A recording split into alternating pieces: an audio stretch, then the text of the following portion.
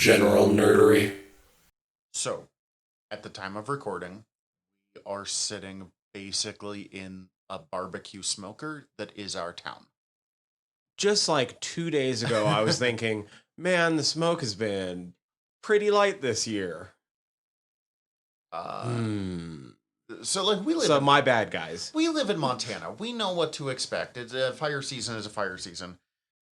I've long found it really funny that people who live in like hurricane areas, they're like, yeah, whatever, it's a hurricane. I'm like, why would you live there? And then I send them pictures of the mountain that I can see from my house on fire, and they're like, run away. But like, okay, for example, it is considered it's like 150 particulates per whatever in the air is dangerous. We got up to 210 today. I am bringing this up because I sound like I have a smoker's cough. And I'm sleepy. And me and Tyler just I always just like sleep like shit when it's like this. So. Oh yeah, same. That's about it. I was just gonna joke that me and Tyler are always just smoking, just ripping those fat Chiba bongs all day. Just giving those warnings. Anyways, welcome to General Nerdery, your podcast about liking things. I'm Zach. I'm Tyler. We already heard Steven. I'm Steven. That's Steven. I don't know why I'm always just like, we already know Steven's here. Sure, I've introduced myself, but that's Steven guy. Well, I'm Steven. Who are you? It's Steven. I'm Steven. Are the crystal gems. Anyways, we are here today to talk about one of the weirdest movies I've seen in a long time.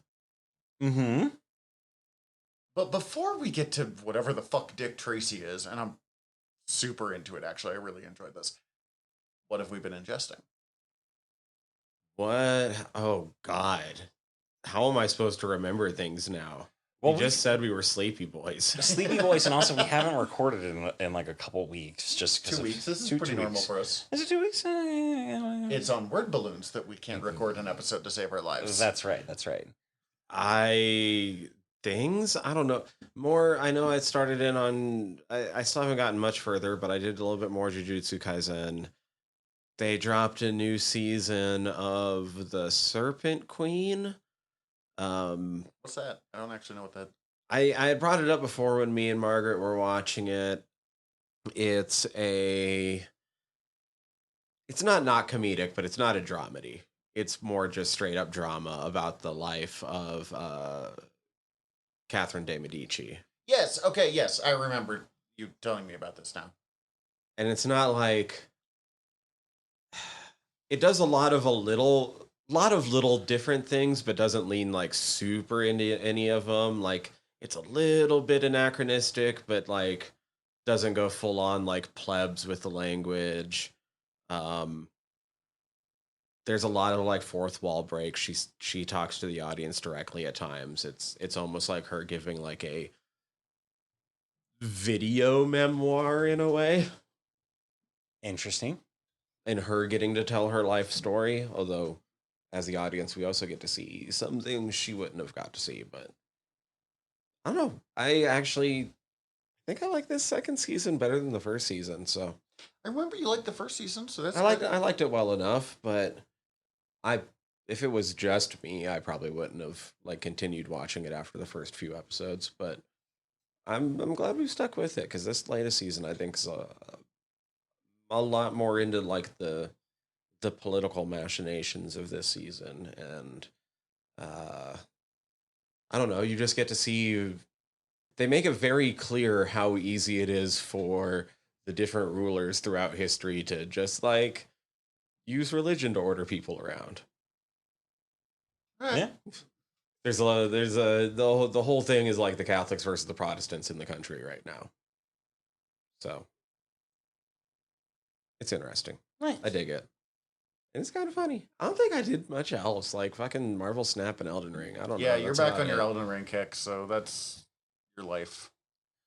I watched a fuck ton of movies because it's been actually 3 weeks, I think, or at least 2 weekends in between the last time we recorded. Because I know my partner went out of town and I watched just like fucking 6 movies in one day. Jesus Christ.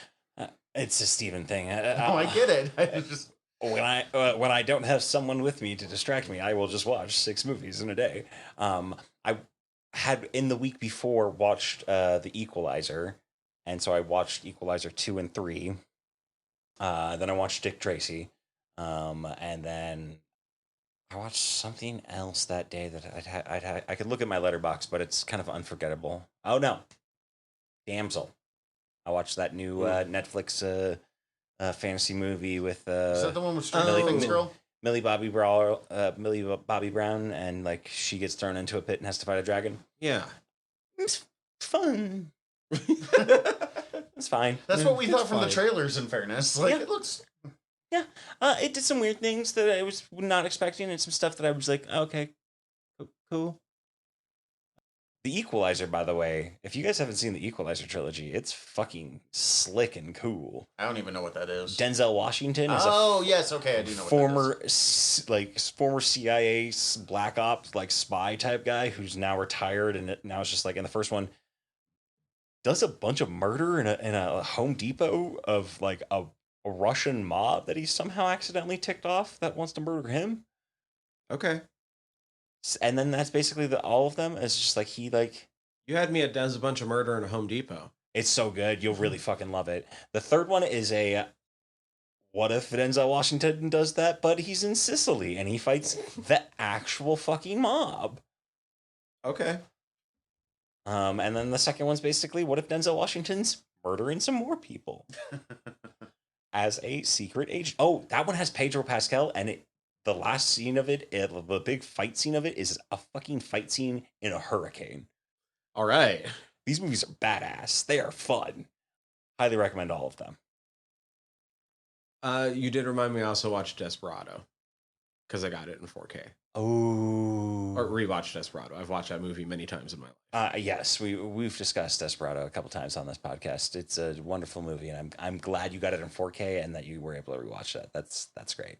Then me and my partner Kat watched a random rom-com that just like Netflix had in 3 different categories for her that was just like, and had like 3 different trailers for it that was like, we don't know how to sell you on this movie, but we really fucking need you to watch this movie. Once we got to the third one, What is it?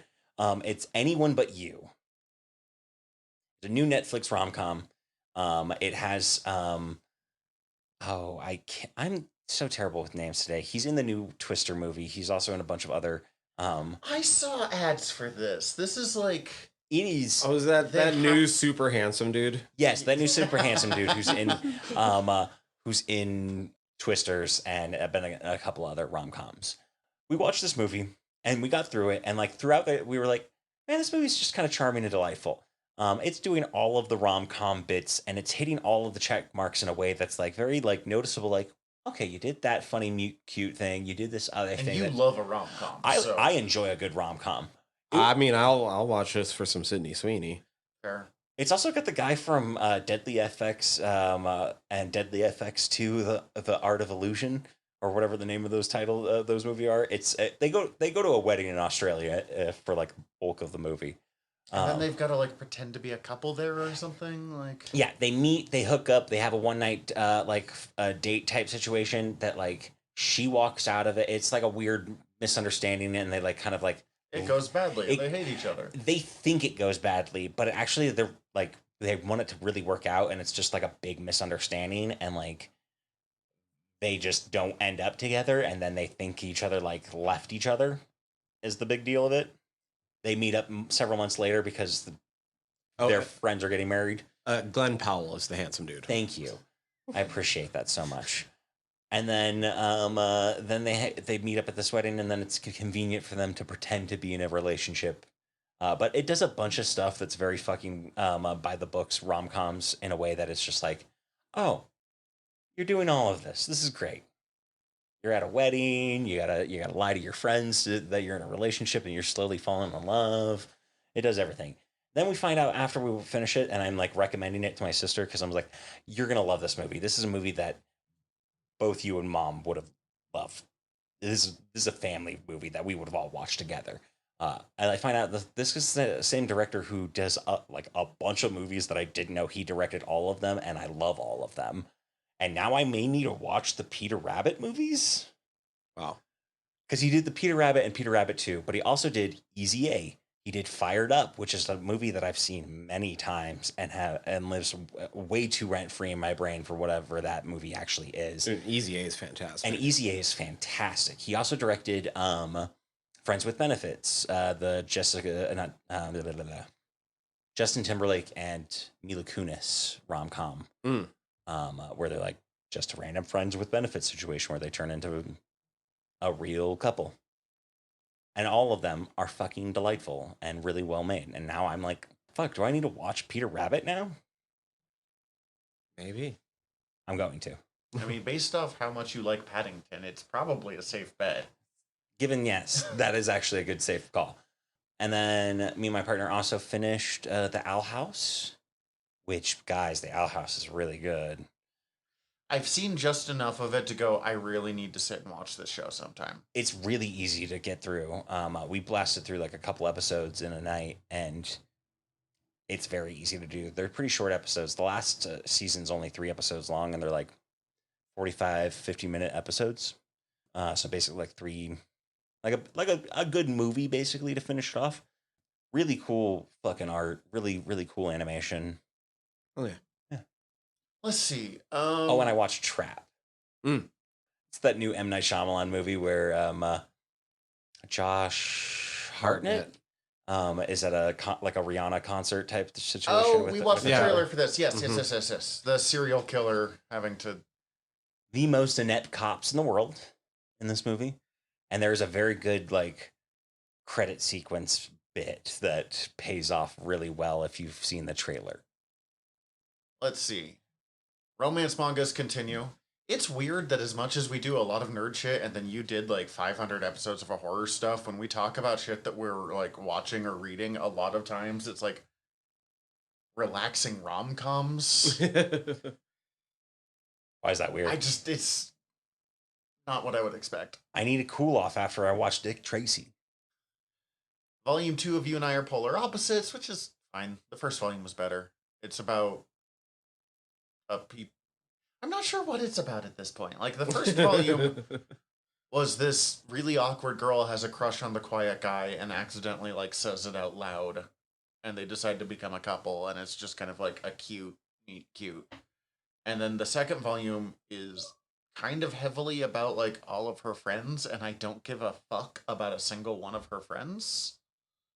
So you're getting a third volume, but mostly because I really liked volume 1, and I didn't hate volume 2, but and then I started a new one called Don't Tease Me, Miss Nogataro, which is getting more, but only because I read reviews, and I'm told that the thing that I hated actively, like, improves. So there's a thing in a high school romance manga of the girl teasing the guy a lot. It's like basically a subgenre of, like, romance manga is teasing romance manga. Mm-hmm. It doesn't really happen in Komi, but there's several others that I read, and it's usually just kind of like friendly, like poking, and it's, let's be honest, a lot of wish fulfillment of you want the, like, fun girl who you had a crush on in high school to, like, find you interesting too. This is just bullying. Like, the various things, the teasing happening in this one so far, I'm like, you're a bad person. This isn't teasing so much as in You're going to hell. what you've just done is inexcusably fucking rude. Yeah, like, You just did that to another human being. I think you're a bad person, and I want you to leave him alone, even though that would end the manga. But is he into it, though? So far, no. Oh. Other than she's the only person that pays him any attention, and he's like, ooh, attention. But that's, like, really toxic high school behavior, too, so I'm just like, buddy. And there's, like, moments. And I'm told that it improves dramatically. That they stop just, like... But she's like, you're a creepy virgin. And I'm like, oh my god, like... Oh, just, like, really like, degradingly rude. Directly shitty to him. Like... Oh, we're, like, basically, like, attacking him at a couple of points. And I'm like, this is not cute. This is... Now, see if he was into it, then it'd be a different story for me. He's like trying to hide out alone in the art room to just draw, and I'm like, one, I feel very called out right now. But like, I also wanted the cute girl to come into the art room with me, but not to like sit on me and tell me I'm creepy. Maybe just sit on me. I think. I mean, I wouldn't be paying attention to what she's saying after she sits on me. Probably a high school Steven. Yeah, that's true. Yeah, I don't know. Like, I'm glad there's- this style is up your alley, but I think I'm going to keep with like a high school kid swallowing demon fingers. That sounds awkward. I think That sounds like it could go very dirty in a certain type of anime. I think there's a good manga here. It just hasn't gotten there yet. But the reviews are positive enough that I'm gonna give it another like volume or two to like convince me. Mm-hmm. But really, I think this is funny because you did not care for the series. I'm still just trying to fucking chase the high of Comey can't communicate. Let's see what else. WWE pay-per-view Bash at Berlin happened. It's fine. It followed up some SummerSlam stuff. Anybody kick Gunther's ass yet? No, he won against Randy Orton, and I damn don't it. get it. No, but Rhea Ripley folded. Speaking of sitting on people, folded Liv Morgan in half, and then sat on her for the pin. Okay. And I think it's one of the hottest things I've ever seen in my life. I don't have a. Both of you went to your phones immediately. That's incredible. Well, sorry, this just reminded you talking about WrestleMania reminded me of a trailer that I wanted to make you guys watch that we didn't cover on the episode of trailers that we just did. I think it'll be an evergreen thing we can cover later on the next trailers. What's the? I can't remember, and I have to look it up. But it's a new Netflix series about a Japanese female wrestler. Oh, I fucking saw that. That's a semi-autobiographical, like semi-true story too. And I was like, this looks so fucking cool. I need to make Tyler and Zach watch this trailer. And I completely forgot about it until just this moment. Heavyset Japanese woman in the 80s becomes the biggest heel in Japanese wrestling. Okay. It looks amazing. But, like, I don't have a, like, beat me up fetish, but if Rhea Ripley wanted to, I could develop one, is what seems to be the thing I'm learning here. It's the Shorzy, like. Yeah, exactly. That scene. Like, no one really wants, but if she wanted to take a swing at me, I'd be okay with it. Yeah. Other than that, the matches were fine, but SummerSlam was so good. The Bash at Berlin just feels less so. Stuff coming up, I am going to actually go see a live wrestling show in Spokane in like a month. Queen of Villains is the name of the show, by the way. I finally found the title. Queen of Villains. Okay. We do need to watch that trailer because that looked fun. Yeah, AEW has a show in Spokane, and I actually... Cece and I have been talking about going, but hadn't decided. And our old roommate Grizz, who watches AEW, we're like, maybe you should come with. You know, excuse to hang out. And yesterday, I was talking to him, we're like, hey, we should probably buy tickets if we're going to do that. He's like, I did like 2 weeks ago. You didn't tell me. I would have paid you already. And then I think the only thing out of the normal from there, it's not out of the normal, but stuff I haven't talked, is we watched Tales of the Empire. Okay. It's one of those, Dave Filoni has been making animated short series that kind of fill in gaps of different spots in his Star Wars stuff. You know, plot lines that had to get dropped because the series ended, or, oh, here's this character and, like, we want to show a little more about her or whatever. So, like, Tales of the Empire, the first half follows the Night Witch from, Ahsoka, who was in that one episode of Mando. The person that Mando got the spear from. Oh, okay. Like, how did she become who she was? And the second half followed a Padawan that fell to the dark side at the end of Clone Wars. And, like, it's all really good stories. Watching it with no context of the other shows would be a little rough. But it's beautifully animated, and it's all, like, kind of gorgeously melancholy. I don't know. It's a feeling that he's been doing with like Tales of the Jedi, Tales of the Empire, these things that I really enjoy. But they're weird. They're ones that you have to have like a lot of. It's a failure of modern Star Wars that you kind of have to see all of it now, and I think that's a mistake. But as someone who does watch all of it, I feel really like rewarded at the same time. That's fair. As someone who doesn't watch any of it, I feel very attacked and unappreciated. Well, come over to my house and we'll watch a shit ton of Star Wars. Someone who keeps falling further and further behind because of other things and not enough time in the day and having a fucking job. Fuck jobs. Dude, tell me about it, man. All day today, I was just like, man, I just want to go bake some cookies. I could see the smoke in the back hallway at one point today. It was one of those days. Oh, yikes. And it explained why every person was in a bad mood at work today. Yeah. Let's take a quick break. And then when we come back, let's, I guess, talk about cops and robbers. So when I agreed to watch this movie, Zach, I didn't know Dick Tracy was a cop. And I'm kind of disappointed you made me watch a movie about a cop.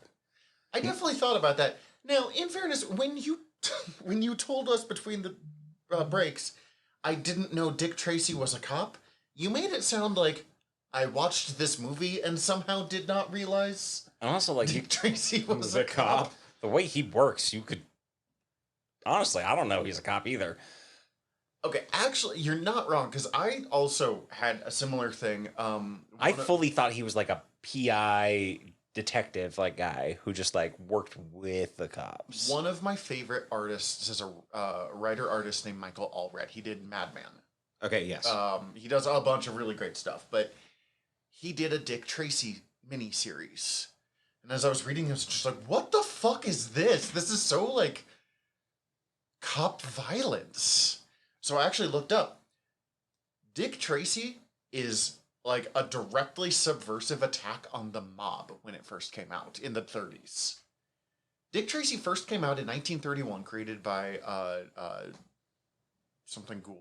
Charles Gould, thank you.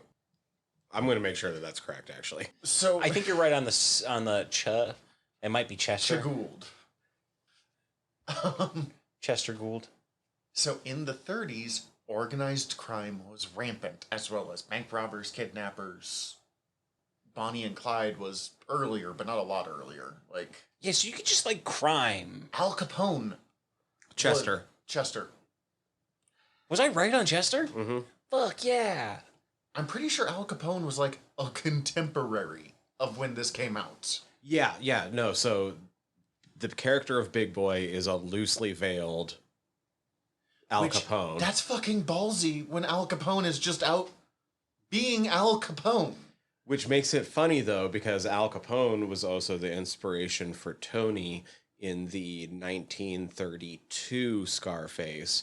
And when it was remade in 1983, Al Pacino played Tony. Yeah, and I can't believe they got Al Pacino for... This has a fucking wild cast. But, like, real quick, just to finish my thought, crime was going insane in the 30s. Mm-hmm. Incredibly violent, too. Like, this is also the fallout of, like, Prohibition, because Prohibition had kind of created super criminals. And then I know when I say super criminals, it sounds like Batman villains. You're not wrong, but like in the context of the era, super criminals are fucking wild humans that are just like spraying people with fucking literal lead. Yeah, the Barker gang that killed a bunch of people and were caught because when they were trying to lay low, people were watching them throw dynamite out of the back of their boat to hunt alligators. That was their version of laying low after a crime. There's got to be a better way to hunt alligators, but I'm sure there's... But, like, you know, Bonnie and Clyde, like, all of these things. Dick Tracy himself is loosely based off the guy who took down Al Capone. And really, a lot of this... Elliot Ness, that's who. Mm-hmm. A lot of Dick Tracy was the guy being like, cops need to do more. We need to fucking take these guys out that keep killing people. But his answer, because it was the 30s, was basically police brutality. And because a lot of us don't know this, we're like, yeah, Dick Tracy, that, you know, comic strip in the newspaper with the yellow hat. he kind of looks like the guy that rescued Curious George. Isn't it And weird the that he has a answer is, cell like- phone watch and we have like iWatches now? I mean, he's a direct inspiration for like cell phones. Yeah. Do you That's okay. happen to know if it's Dick Tracy? Because Dick, DIC, is detective in charge. I don't know. He was originally like Plainclothes Tracy or something. Like, what if we named him Dick Tracy? And he's like, yeah. But then, just to go even weirder, in the 60s, it became a science fiction epic where he like became close with the Moon People, and the Moon Maid marries Dick Tracy Jr. And like he gets offered to become the sheriff of the moon for a while. And Okay, then that's after fucking wild. he Yeah, no, retired- that happens. And then after the original guy retired in the 70s, what's the Al Pacino's character in this? Big Boss? Big Man? Oh, yeah, big boy? Big Boy? Big Boy Boy? realizes he's dying of cancer, so he sets up a $1 million bounty on Dick Tracy to take him out before he dies of cancer. And a car bomb that was supposed to kill Dick Tracy kills Moon Maiden instead, and that's why Dick Tracy Jr.'s a widow. And they just were like, and because Moon Maiden died, we just have no connection to the Moon People anymore, and stopped talking about it.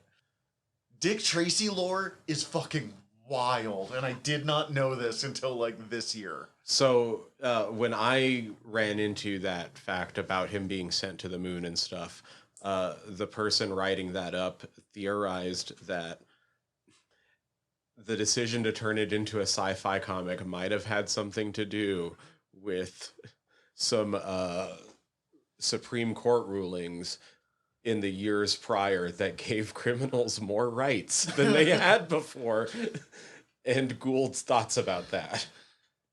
And how he thought it might just be better for his mental health to quit writing this comic the way it was. Gould had thoughts about criminals that kind of line up with Frank Castle the Punisher, Yeah.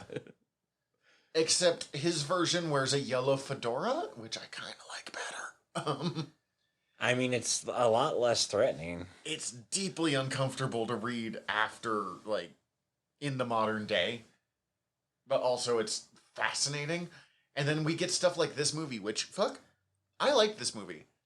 No, I don't I know like if this I've movie. ever seen anything quite like this movie before. Yeah, this movie's fucking beautiful. But weird. Like, yes, But beautiful with a question mark. Like, So first off, this movie walks so Sin Beautiful. City could run. Yeah, this movie walks so Spider-Verse could run. dude. Okay, so the guy who I don't know if it's Kid's dad, but like the guy who's eating the chicken that doesn't give it to Kid. Oh, yeah. I've been trying to figure out what he reminds me of, and It's Marv. It's Marv. It's 100% Marv. Thank you. There's a few different characters in this that look kind of like Marv, but There's a few different characters that you could just put right in right Sin in City. Sin City.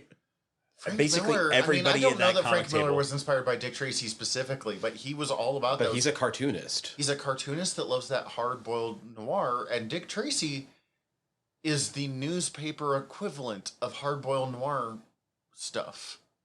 I mean, Tarantino was inspired by Dick Tracy. I'm not Dick surprised Tracy at was all. like the most violent thing out there at the time, It too. really was like Wild. at one point a character just becomes and not the anyone from this one, but just becomes a like Punisher style vigilante, and Dick Tracy's like, that's fucking baller. Like, and she's just mowing people down, and the people reading the comics were like, that's bad though. Like, Yeah, pretty much everyone ends up with bodies. this is fucking gangsta is basically Dick Tracy's response to any gun violence. Like, so this movie, I mean, beyond just the insane fucking cast, they got Dustin Hoffman to play Mumbles. Yeah. Let's go through the cast real quick. So we got Warren Beatty as Dick Tracy. This is the first Warren Beatty movie I've ever seen. Probably same. He does so good in this. I actually really enjoyed his. Al Pacino as Big Boy. I didn't love it. I appreciated that they got Al Pacino though. Like, I think he is the highlight of this movie for me. fair. Madonna as Breathless Mahoney. She got the role because she was dating. They were married for a little bit too after this. I think they were just dating at the time, though. But she didn't Born want it to baby. be nepotism, so she only got paid $35,000. She took a day rate. She or like she did like scale. Also, she can legit act. Like, she's great in A League of Our Own. Yeah, A League of Their Own. She's And, like- surprisingly good in this. Yeah. for what she's given, she does a fairly good job. I did keep having the thought because I kept comparing it to the other pulp movies we've watched. The Sky Pirate lady from The Phantom would put up with none of the shit any of the women in this movie put up with. Glenn Headley as Tess Trueheart. Which I fucking love Glenn Headley. She's so great. I know her mostly from ER, but of course there's like Mr. Holland's Opus and a few other things. Charlie Korsmo as the kid. He's the kid from Hook, or you had a different one that you know. He's also in fucking Can't Hardly Yeah, Wait. he's the nerd kid and can't hardly wait. He's the nerd kid and Can't Hardly Wait, and that was watching this was the first time that I connected that those were the two same people from Hook and Can't Hardly Wait, and apparently this, and I was like, holy shit, that's the same guy. I love Can't Hardly Wait. I love Can't Hardly Do Wait you too. want to know a piece of information that might ruin this child for you? Uh-oh. After he grew up, he became a conservative lawyer that worked for the Heritage Foundation. Well, that sucks, but still, I love Can't Hardly Wait. So, like, I don't think he did anymore, but, like, he helped get Samuel Alito put on the Supreme Court, and the Heritage Foundation formed Project 2025. So, as far as I'm that's concerned, ruined this kid after, for me, but like, I was like, oh, hey, cool, he became a lawyer. He's a child actor that turned to, oh, no. I could name like 20 more people. I'm going to try to hit the bigger names. We have Dick Van Dyke as District Attorney John Fletcher. Holy shit. I did not put that one together. Kathy Bates as Mrs. Green, the stenographer. that was fucking Kathy Bates. That was Kathy Bates. Why?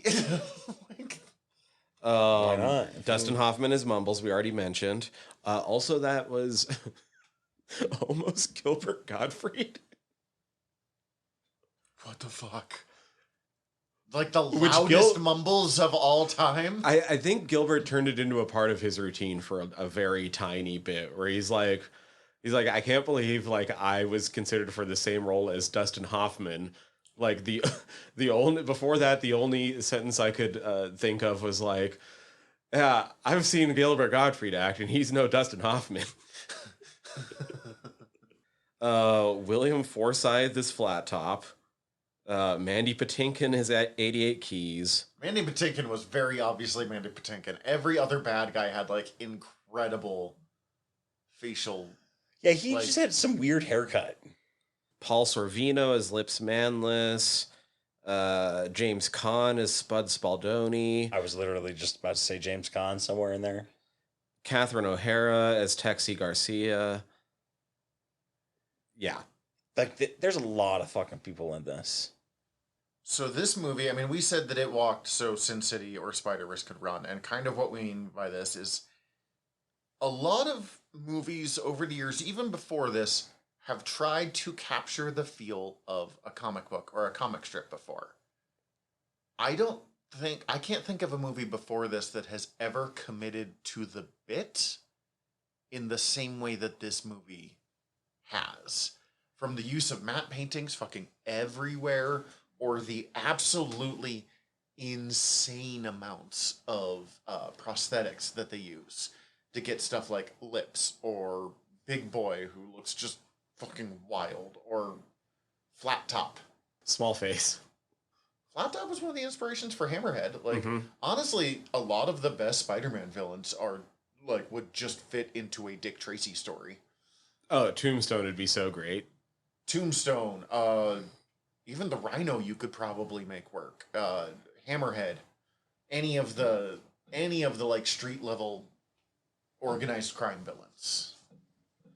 I can't decide though if the complete lack of like attempts at realism work. It is so far outside of realism that I have to like shut my brain off a little bit. We want to know who it worked on? 5-year-old Tyler. Oh, see, I've never seen this movie before. This was the first time I'd ever seen it. This was my first experience as a child. Now, I hardly remembered anything about this movie. Mm-hmm. I will say I have not seen this movie probably since I was maybe like 11. Mm-hmm. But this movie stands out to me for a big reason because it was my first experience with rented movies. Because my parents got it and watched it. And I was allowed to watch it because it was like comic strip and Dick Tracy. And I think I had seen some of the old cartoon at that point. Like, oh, I forgot there was a Dick Tracy cartoon. They had some on VHS or something, probably grabbed out of like the $5 bin at Walmart or whatever, right? What I remember specifically and what has stayed with me to this day is I loved it and wanted to watch it again and again and again. And I couldn't watch it again and again and again because my parents had only rented it. We only had it for that 24 hours. It was brought back. Oh. And other than that, like the thing that there was two things I could have told you I remembered, and those very, very vaguely. But like all the mobsters sitting around the table, I mostly just remembered like all the colorful suits. Yo, I love the colorful suits in this. Like, apparently that was a conscious production design choice. It had to have been. They chose like 4 or 5 colors, and that the exact same shades of those colors, and everything in this movie is that, like yellow, green, red, and blue. I think there might be a 5th one, but at least those 4. And it was a thing that they were trying to mimic the comic strip because it was limited color usage in the comic strips, so they wanted to have that idea. It is a phrase about superheroes that's not used as often anymore, that they're called 4-color heroes, and it's because the printing was so cheap that you could only use like 4 colors. It's the same reason the Hulk is green, because you couldn't reliably print gray. Mm-hmm. So they switched to green because they had a really good green.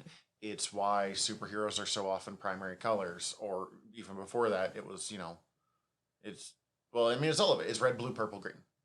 It's a yellow. And I remember, I couldn't have told you what he wrote, but I remember Flat Top riding with Tommy gun.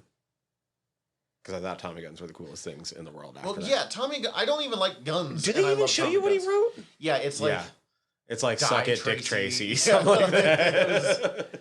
I really was expecting Flat Top to be the big villain. Slurp on my balls, Dick Tracy. I really thought Flat Top was going to be the big bad guy in this. And so I wouldn't have remembered it beforehand, but as soon as I saw it, I was like, oh yeah, that was one of the things that like stood out to me as a kid. When Dick threw the fucking punch and knocked like 9 mobsters down with one fucking swing.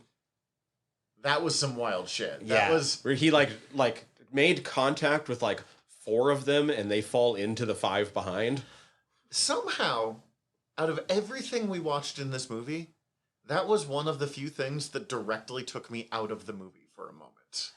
I will say I watched this movie twice, and the first time I watched it, I kind of missed that bit because that's during. I missed both the montages the first time I watched this. I kind of just checked out during them. Yeah, and I realized it. But did you get some cubes? I did. I 100% got some cubes, and I also was enjoying a nice big cold brew coffee, and it was very baked because it was early morning. Both times I watched these, and I got considerably less cubes on the second watch through because I was paying more attention to the movie, and I realized, oh shit, I missed this montage, and then they do the second montage. I was like, oh, I missed this montage too. Honestly. Like, because you were talking about the montages are very well put together, and I'm not usually a big montage in movies. I don't know. Gonna need a montage. I don't know why this movie doesn't work for me. It's very good, but it's. I have no real interest of ever watching it again personally. I did have the thought, I really enjoyed this movie. I don't know when I would watch it again. And probably in a couple of years. I couldn't necessarily recommend it to anybody. I can, but not in the same way that I could. I will full-heartedly... I would double feature it and Sin City. And that'd be fun to do, actually. That would be the only way I would really be interested in rewatching this, is like in that context of like... The way I would recommend this movie is it is an experience, not like, oh, this is a great... I'd watch it again for Al Pacino. Yeah, Al Pacino's fantastic, and fuck me, do I love those matte paintings. That matte, like the production design to this movie is legitimately incredible and really well thought out and put together. Part of the problem is there's absolutely zero depth to this movie. And I think that's the biggest thing, in that it's just a movie about like a cop trying to fight some crime and then someone doing some bigger crime behind that crime. And the women get nothing. I can just end that sentence there. The women get nothing. I mean, even They get to smooch Warren Beatty.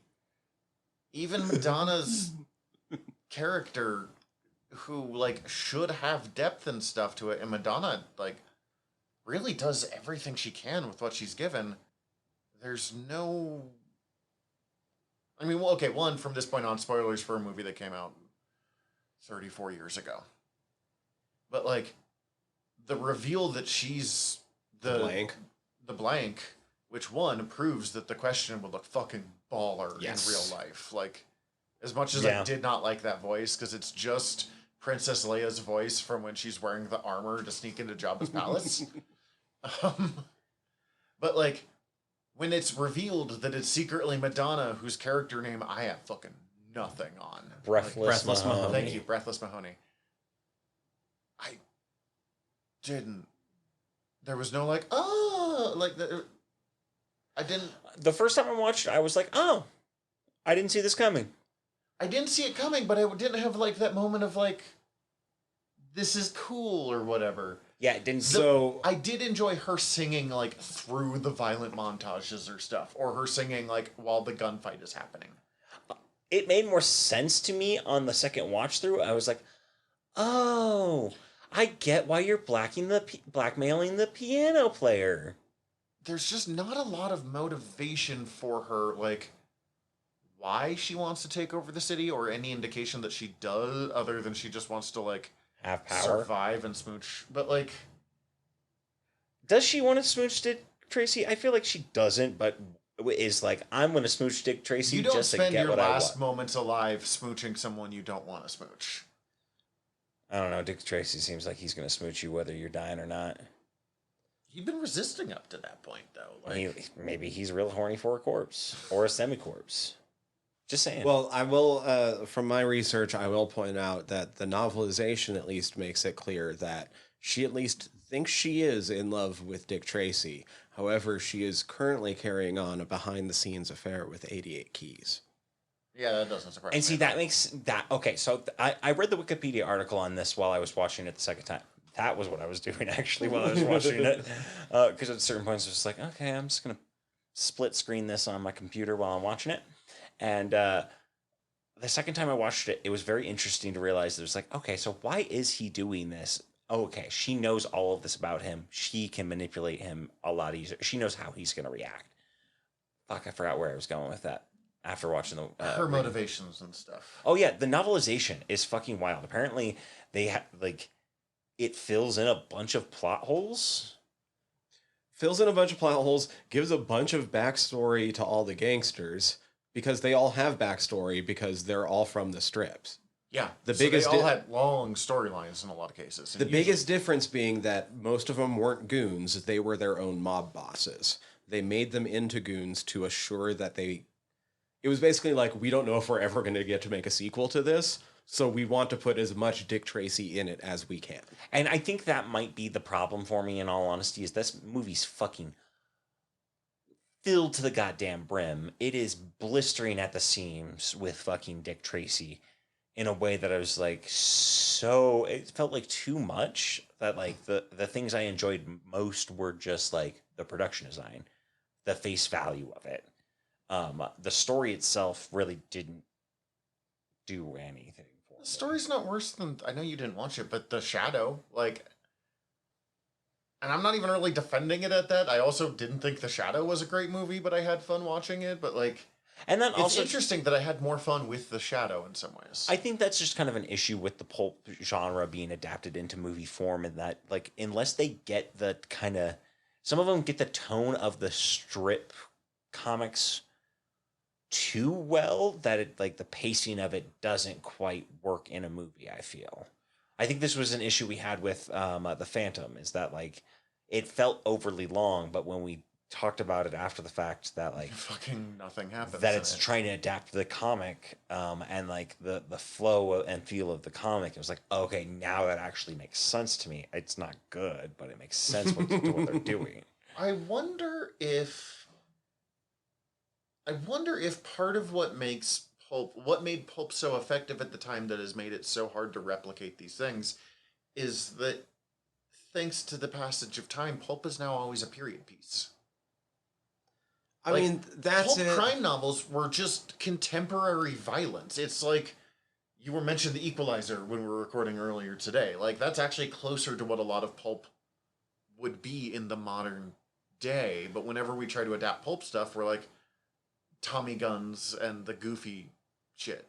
And I love the goofy shit. I am here for it. I had so much fun watching this movie. I just am looking back on it being like, it was fascinating. It was gorgeous. I've never seen something like it, but it wasn't good.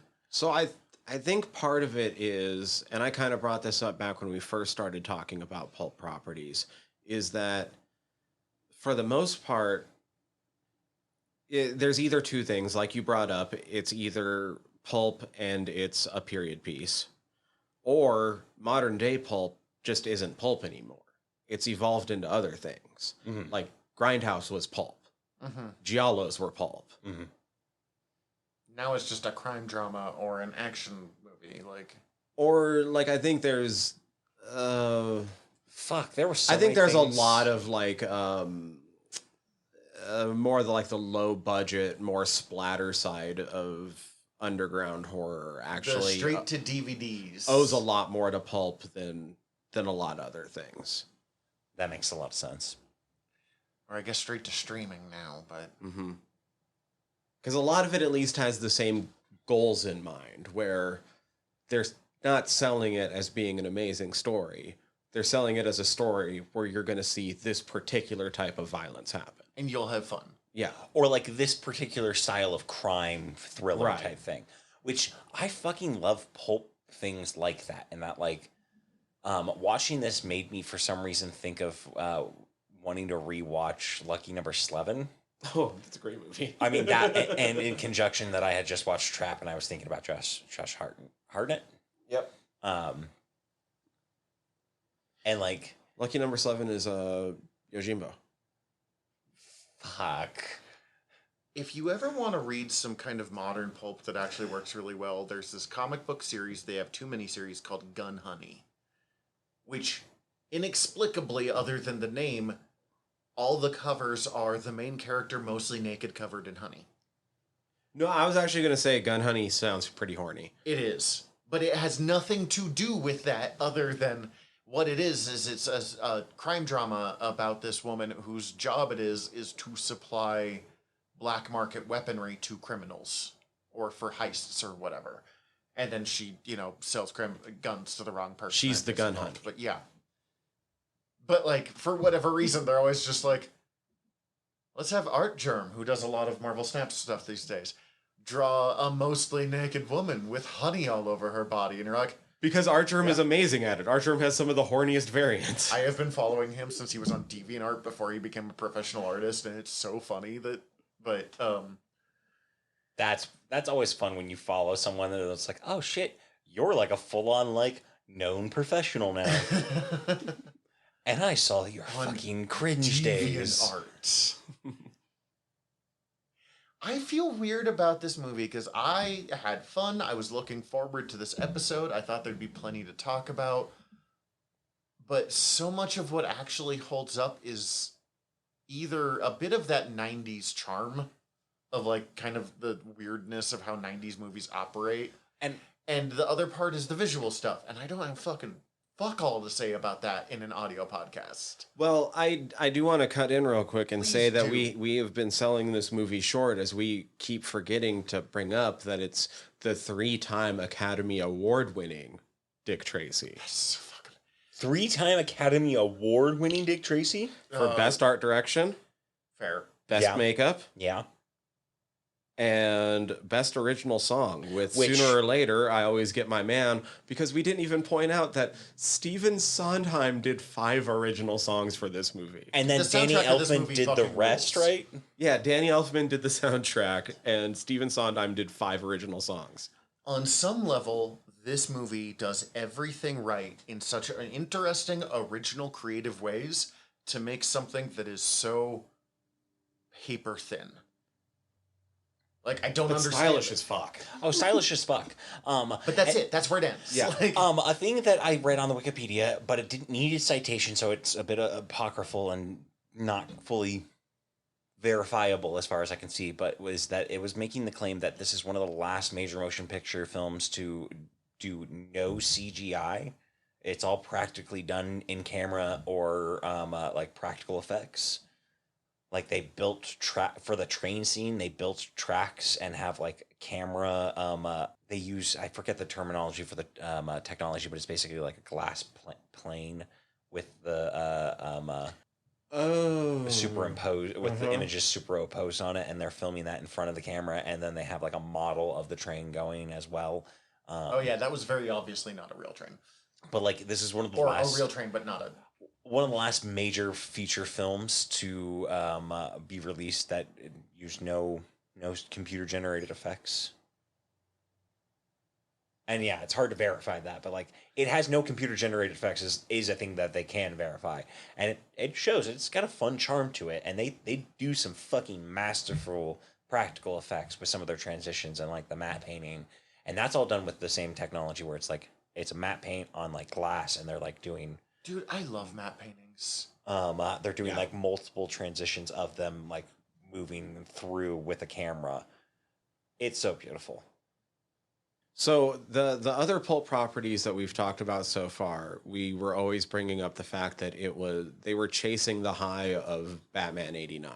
Mm-hmm. Now, although this was a movie that came out in 1990, they were in production at the same time. Yeah, it was in production when '89 came out, so it wasn't chasing the... Not well, it's still kind of chasing the high. Considering So there's that, like, a little bit of that where they were chasing the high. in that like they were expecting it to do as well as Batman after Batman did as well as it did. This movie's remembered as a bomb, but it actually did really well. It just didn't make what they were hoping. And This part of it underperforming was because Batman did come out in time to affect Dick Tracy's marketing campaign. And they ended up spending almost as much as they did on the budget for the movie on marketing. Yeah, they spent a lot of money on this. The behind the scenes production of this movie is actually very fascinating in that like it was in script writing phases for many years beforehand. I found a pretty great little write-up that's kind of interesting I could go through right Oh here. hell yeah, dude. Yeah. They were chasing the high. I just want to get this sentence out because they were chasing the high of Indiana Jones. That makes sense. Here's I will say this is basically the write-up that they have on TV tropes, because I didn't want to try to remember this or put it into my own words with how tired I am today. We're all dying. Hey man, it's smoky out here. I'm begging for some rain. So Warren Beatty, a fan of the original comic strip, first had the concept for a film in 1975. At the time, the film rights were owned by Michael Laughlin, who gave up his option from Tribune Media Services after he was unsuccessful in pitching the idea to Hollywood studios. Floyd Mutrux and Art Linson purchased the film rights from the Tribune in 1977, and in 1980, United Artists became interested in financing and distributing. Tom Mankiewicz was under negotiations to write the script, based on his previous success with Superman the Movie and Superman 2. Mm-hmm. The deal fell through when Chester Gould insisted on strict financial and artistic control. At one point, the film was going to be a musical version with Sonny Bono as Dick Tracy and Cher as Tess Trueheart. Holy shit, that would have been bad. Ryan But, like, in a way I'm O'Neal into. Ryan O'Neal also sought to play Tracy in the early 1980s. Mutrux and Linson eventually took the property to Paramount, who began developing screenplays. Steven Spielberg was asked to direct, and he brought in Universal Pictures to co-finance. Universal then put John Landis forward as a candidate for director, tried to get Clint Eastwood for the title role, and commissioned Jim Cash and Jack Epps Jr. to write the screenplay. What the fuck would that movie have been? It would have been wild, but also it fell through because of the Twilight movie. Or Twilight Zone movie. Not the Twilight movie. Cash and Epps' simple orders from Landis were to write the script in a 1930s pulp magazine atmosphere and center it with Big Boy as the primary villain. For research, Epps read every comic from between 1930 to 1957. Holy shit, that's so many. It was a weekly comic strip. That's so many fucking comics. The writers wrote 2 drafts for Landis. Max Allan Collins, then writer of the Dick Tracy comic strip, remembers reading one of them. Quote, "It was terrible. The only positive thing about it was a 30s setting and lots of great villains, but the story was paper thin and it was uncomfortably campy." You know, as opposed to what we got. Following the accident on Twilight Zone the movie, Landis left the project. What is this accident? I don't... Oh, was it 3 or 4 people that died? I don't remember that number. Okay. Helicopter accident. Helicopter accident killed you don't several walk people away from on those. set. I don't know if he ever directed again. He's like, I'm going to do teen comedies. Dramedies. Walter Hill then came on board to direct with Joel Silver as producer. Cash and Epps wrote another draft, and Hill approached Warren Beatty for the title role. Pre-production had progressed as far as set building, but the film was stalled when artistic control issues arose with Beatty, a fan of the Dick Tracy comic strip. Hill wanted to make the film violent and realistic, while Beatty envisioned a stylized homage to the 1930s comic strip. The actor also reportedly wanted $5 million plus 15% of the box office gross, a deal which Universal refused to accept. Hill and Beatty left the film, prompting Paramount to re-envision it as a lower-budget project with Richard Benjamin directing. Cash and Epps continued to rewrite the script, but Universal was unsatisfied. The film's rights eventually reverted back to Tribune Media Services in 1985. However, Beatty decided to option the rights himself for $3 million, along with the Cash and Epps script. When Jeffrey Katzenberg and Michael Eisner moved from Paramount to Disney, Dick Tracy resurfaced with Beatty as director, producer, and leading man. Katzenberg considered hiring Scorsese to direct, changed his mind. Disney officially greenlit the film. Disney officially greenlit the film in 1988 under the condition that Beatty keep the production budget within $25 million. Principal photography began in February 1989 and ended in May of that year.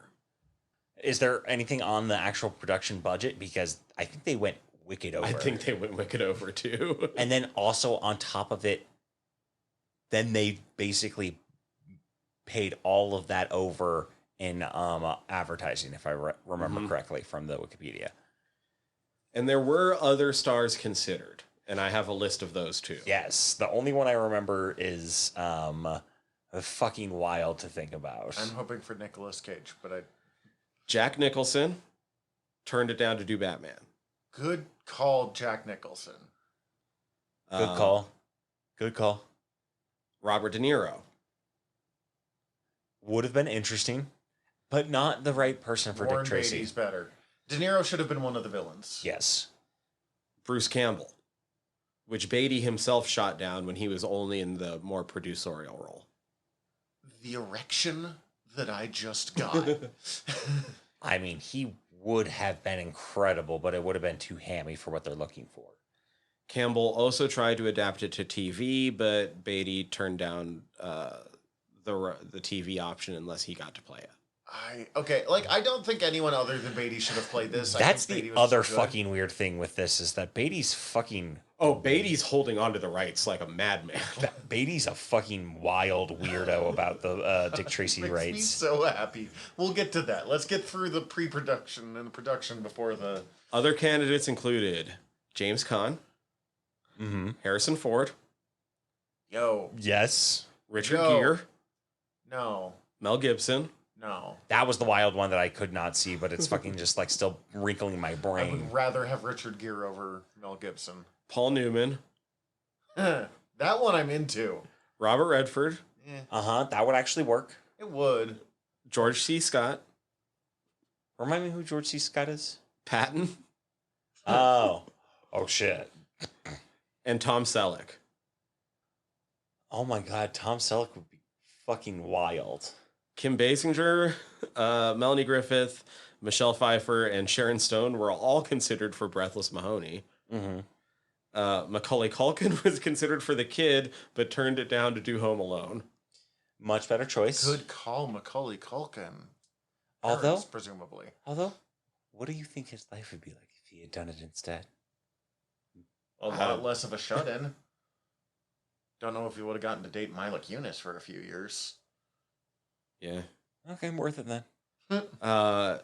Gene Hackman was offered the role of Lips, but turned it down because he hated being directed by Warren Beatty on Reds. The producers wanted Reagan to play Pruneface. Ronald Reagan? Ronald Reagan. Was he president? After he was president? Yes. Because he was president until 88, from 80 to 88. So, like, did he consider it? No idea. And Sean Young was actually cast as Tess Trueheart, but was replaced when Warren Beatty felt like she was not right for the role. She has later accused him of firing her because she would not have an affair with him. Yeah. And some more lecherous sexual misconduct. So, Which is kind a of bad person? Oh, yeah. Okay. Yeah. I think that I didn't know that, but I could feel that watching this movie. It's like Warren Beatty seems like an asshole. And that's what I got.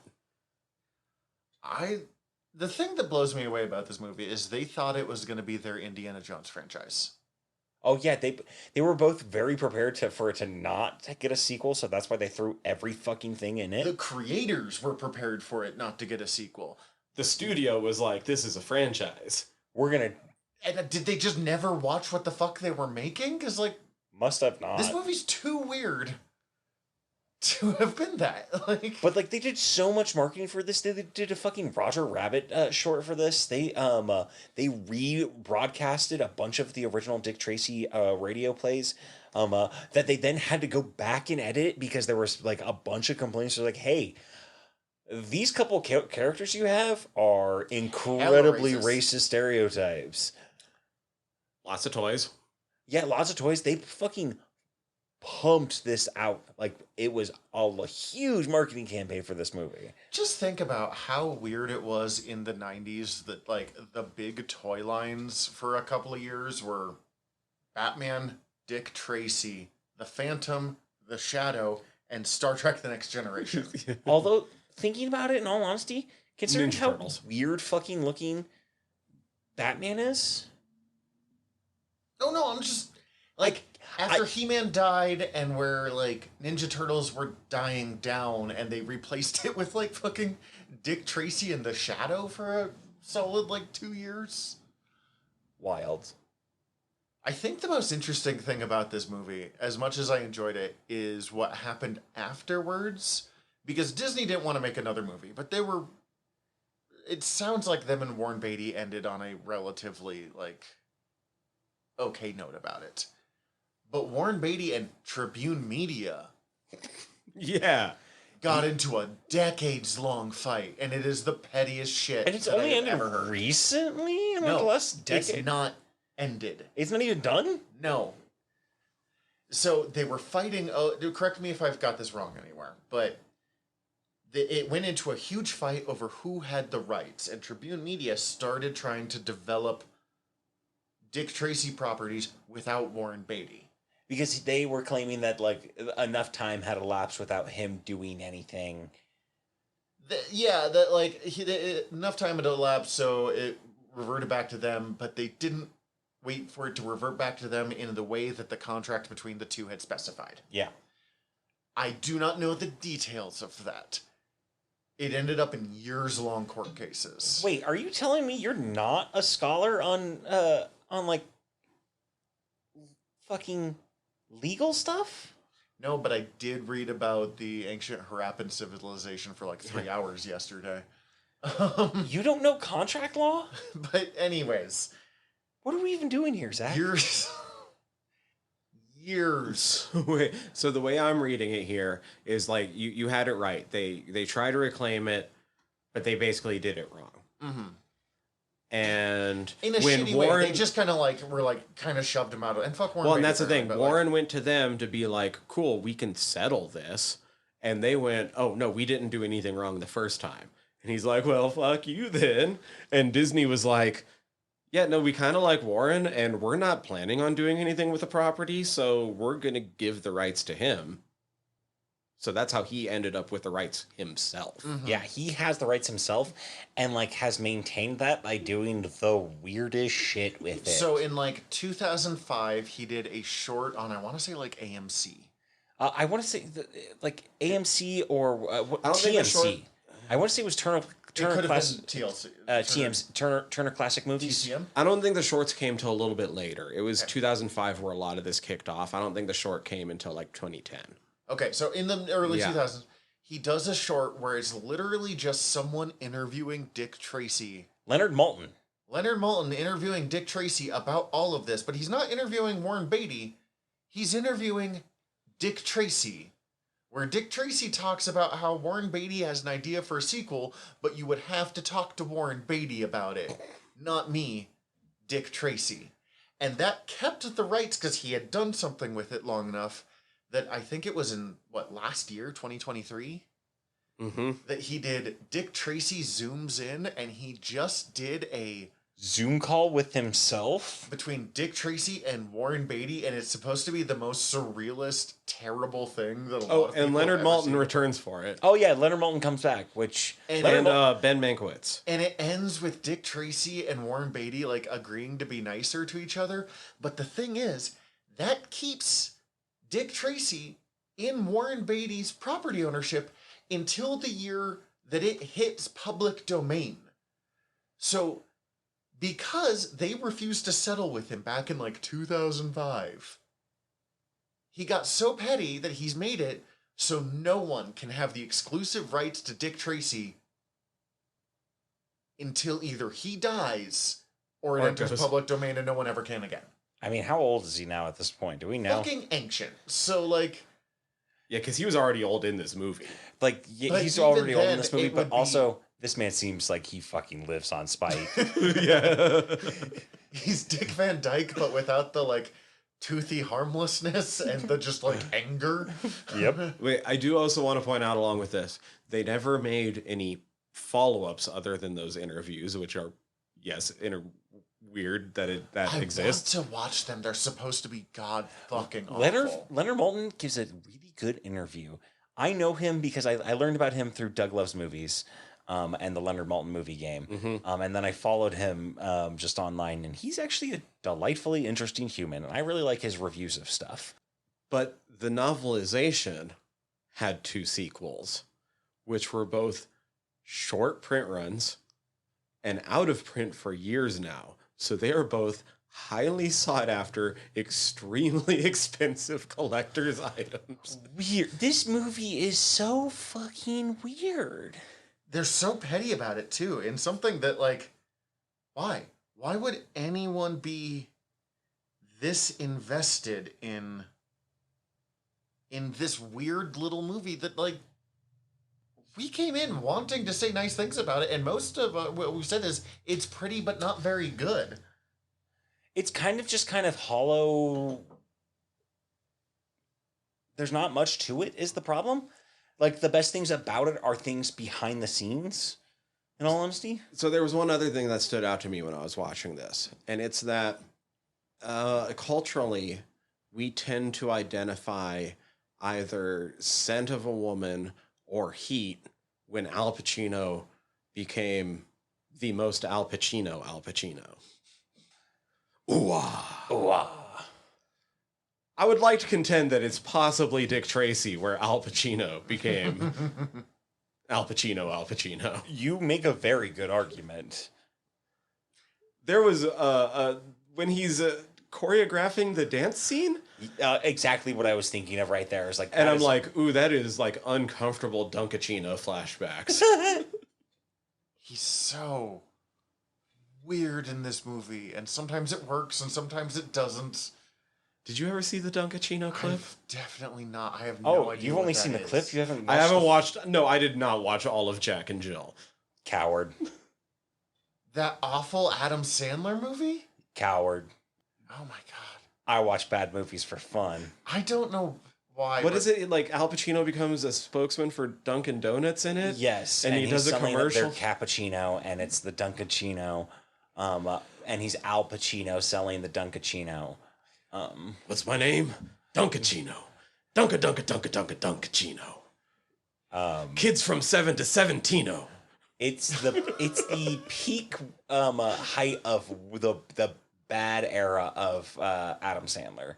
He's somehow made a return to form with the like Uncut Gems and some of the stuff he's done since then. Yeah, he had to do some movies that he wasn't in charge of. But he also did do Hoobie Halloween, which I have watched every Halloween since it's just come out, so I don't know how to talk to that subject. And just today that we are recording this, Happy Gilmore 2 has went into production.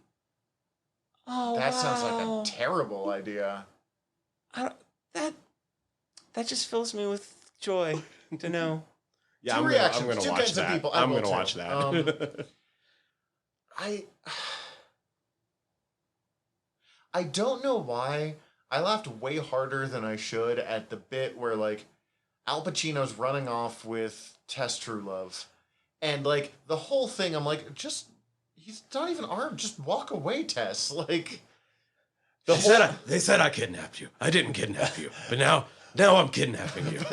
Does life imitate art? but the bit where he's like, Thank you for doing a better impression than I was gonna do, and also the bit I was gonna do. that part made me laugh. The part that fucking killed me for no fucking reason is the bridge starts to go up, which is just a classic of like pulp movies. And we can jump. No, we can't. And then like walks off a different way, and I was like, you committed so much time and probably money just for that line. Like, there's no action scene on that bridge, but they still took the time to like film next to a bridge. No, I feel like that bridge might be a model.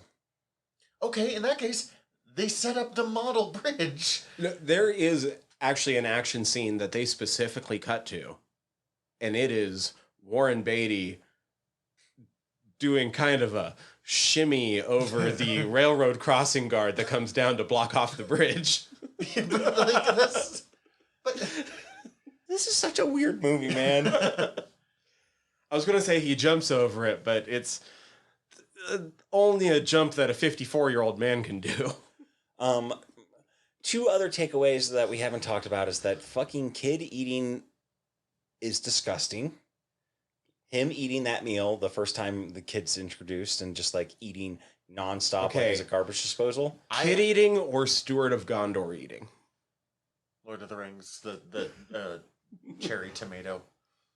I don't recall it, so I'll go with that because this was fucking disgusting. I don't want to see that shit again. Terrible in different ways. And then the bit that really got a chuckle out of me both times it happened was when they're sitting at the end of the scene when Dick throws money on the table and kid like pockets it while they're talking, and she's like, "You want a broken arm?" and he just like throws it back on the table. It's like, damn, I like this lady. And then the line about like I don't like broads. True Kid. I honestly wanted more. I want more of them. They had a great. I thought True Love to have a personality is really what it was. Like, also, I want to hear your thing, but real quick, the bit where what turns her around to go back to Dick Tracy is her mom, who is basically the woman from like the American Gothic painting. I was gonna say Aunt May, but yes. Going, it takes commitment to love a man like that, and she's like, "Guess I'm the asshole. I'll go get kidnapped now." Like. And like both times I watched that scene, I read that scene differently. The mom was like, "Takes a real asshole who has a lot of fucking willpower to love that fuck." And she's like, "I'm an asshole. You gotta be some sort of idiot who has nothing better to love that dumbass." I thought that her fucking sinking that shot into the trash can was going to be foreshadowing. Would have led to literally anything? No. No, she's completely just like there. Dude, if she's just fucking solid from downtown. That's all. If they had ended Big Man by her hitting him with a baseball, I would have fucking cheered. Like, it would have redeemed her entire character arc, because it would have given her literally anything to do. Okay, so who's the best mobster makeup, and why is it Flat Top? Because Flat Top gets the most time? Yeah.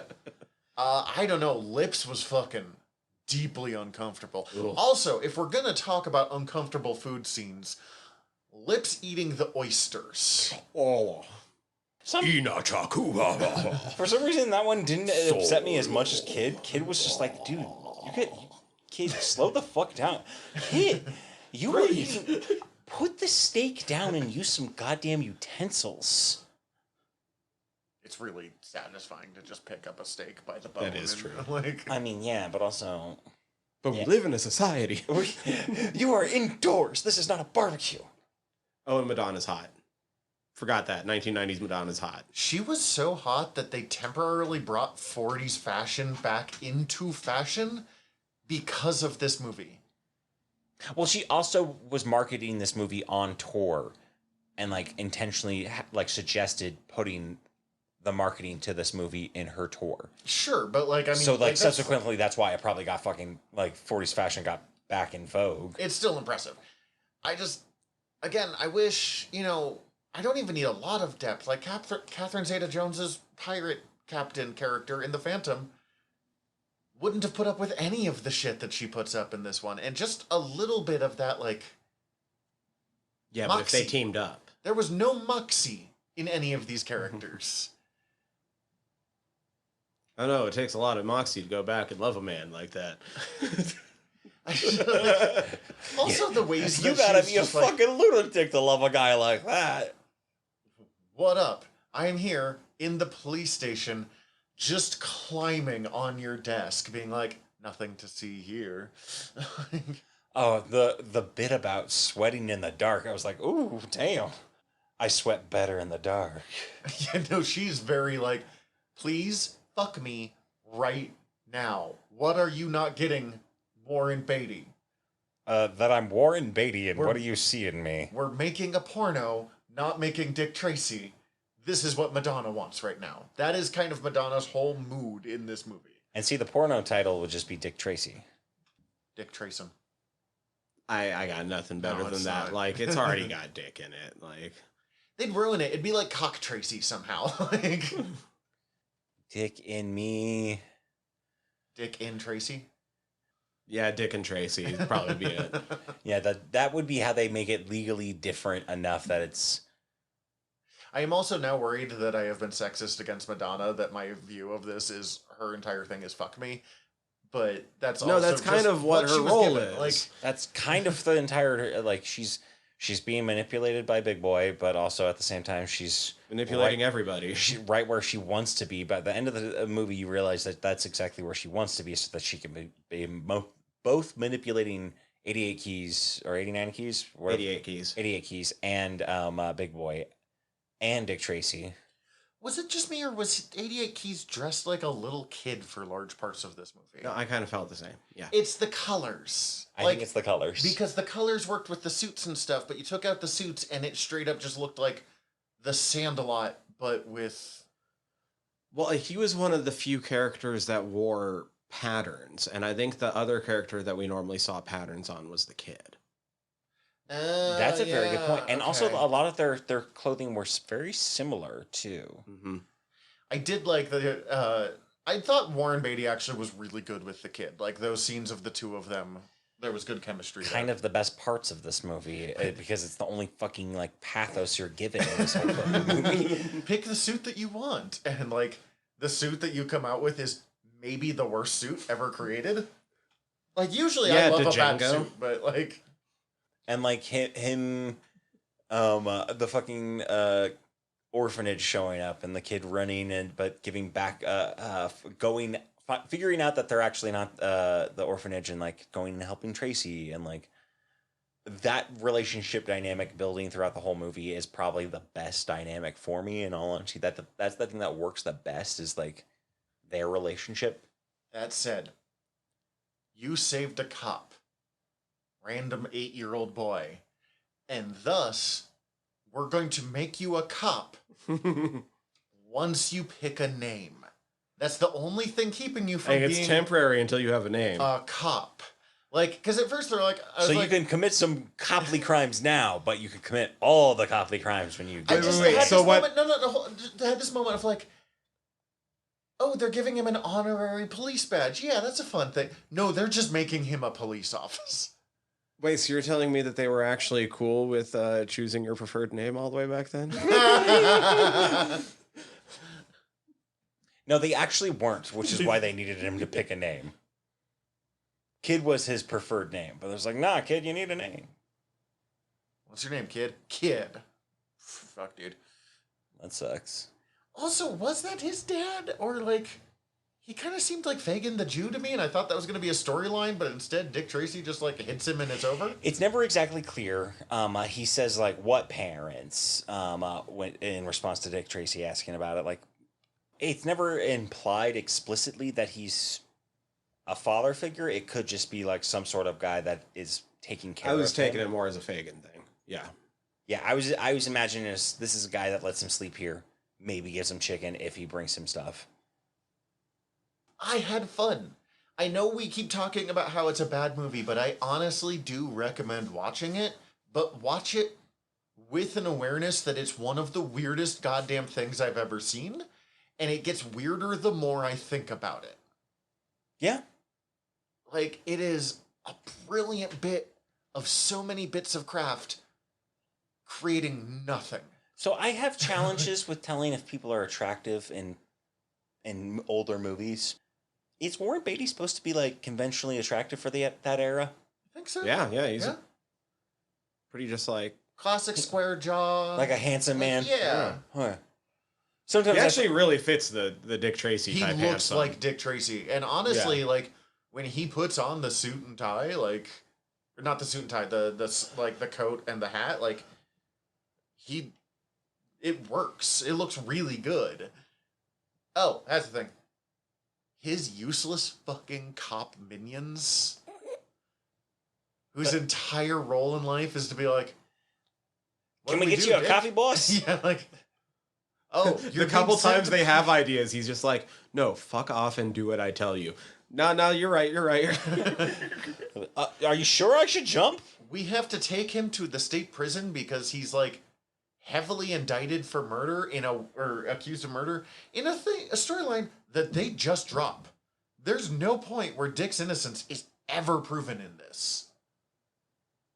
And the only person who can really prove his innocence is now dead. Both of them. 88 Keys and Breathless could have proved his innocence. Oopsies. But they just move on. They're like, we're going to take you to prison. And they're like, we can buy you a couple hours. And then it's just, he's leading the task force again. And just shooting the fuck out of a bunch of guys. That scene where the car is trying to go out and he's just unloading. Also, those cops definitely got killed by crossfire. Oh God, yeah. Oh, yeah. So many people died in So this movie many. that you don't ever see on camera. I wonder if they were purposely referencing Bonnie and Clyde, where they straight up just opened up like 8 Tommy guns into that car. And This movie might have the highest body count of a movie I can think of where you see no bodies. And Flat Tops takes the most bullets I've ever seen someone take without seeing any blood.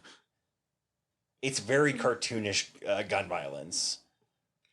on one hand, it's perfect. On the other hand, like, because Dick Tracy is the weird, violent thing that it is, I almost want, like, a Quentin Tarantino Dick Tracy. Like, not Tarantino himself, but you get what I mean of, like, that level of, like, blood and violence, but still with this kind of color scheme. I don't think it would be good. I think it would be amazing to watch. I think I would love a Sin City version of this. But you can't do the black and white. No. It has to be- You can do yeah. the full color like this one, but Yeah. but with that sort of everything else. Yeah. Yeah, I'm down with that. It's hard because I think it's a great movie that is really well made.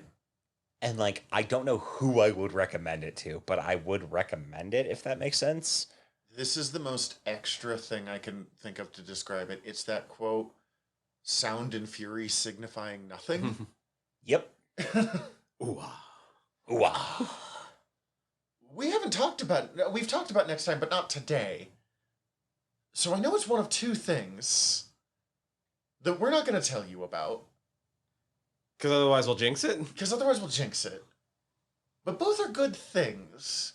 We have one more episode of a break until we jump back into Farscape. Something a little palate cleansing still. I mean, we know what the next, 5 episodes are. We're still just placing. We're watching all of Friends. That's not happening. I'm jinxing that. Oh, okay. Man, we could do Brooklyn Nine-Nine. That I'd be down with. Don't say it out loud. You'll jinx it. I don't know why that made me laugh so. But you have to do the Macbeth thing from Blackadder. Macbeth? I don't remember what the Macbeth thing for Blackadder is. All the little ritual to get rid of the jinx. Oh, fuck yeah. I don't know how to do that. So I'm just going to die, I guess. I guess I'll die. Fuck me. I guess I'm dead. In the meantime, we're your Journals of Nerdery. I'm Zach. I'm Tyler. Dismissed. Hi, everybody. General Tyler here. If you like the show, please hit subscribe however you're listening to us right now. Also, if you could rate and review us however you're listening to us right now, or preferably over at Apple Podcasts, we would super appreciate it, as the whole world is ran on algorithms, and we want to be all up in them, getting our voice out to more places. Also, tell your friends. We always appreciate that. If you want to get in contact with us, ask us questions, give us comments, email us, generalnerderypod@gmail.com. You can also contact us through our website, www.generalnerdcast.com. While you're there, check out all of our back catalog, or click the links up at the top, as we are part of the Earworm Podcast Network. Go check out all of our sister shows. We're involved with most of them, so if you already like listening to us talk, it might be in your best interest. And if you want to check out everything from the network, head over to earworm.com, EARVVYRM.com. We'd super appreciate it. Love you all. Have a good one.